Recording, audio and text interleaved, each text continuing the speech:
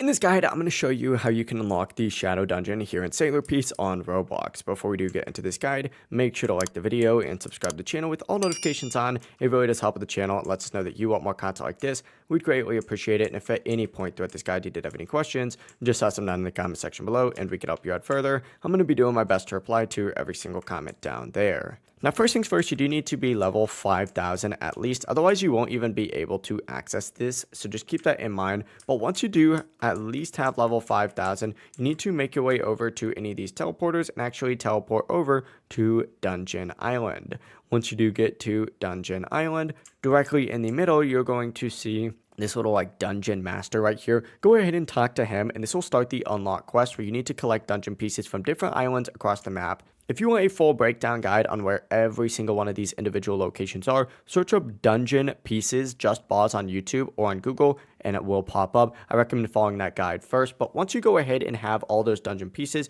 you do need to go ahead and do some other stuff like defeating 25 bosses anywhere in the game. After completing both of those tasks, the dungeon system will unlock permanently, but you still do need dungeon keys to enter, and these just drop from world bosses. I actually have a decent amount of those right now. At least I think I do. Yeah, I got 28. So just farm world bosses, and once you have some keys, go back to Dungeon Island, talk to the NPC, and then of course choose your difficulty and start the Shadow Dungeon. That is it. It really is as simple as that. If you guys did have any questions, just ask them down in the comment section below, and we could help you out further. I'm going to be doing my best to reply to every single comment down there. Before you do leave this guide though, make sure to like the video and subscribe to the channel with all notifications on. It really does help us out. Let us know that you want more content like this. We'd greatly appreciate it. Have a great rest of your day though. Peace.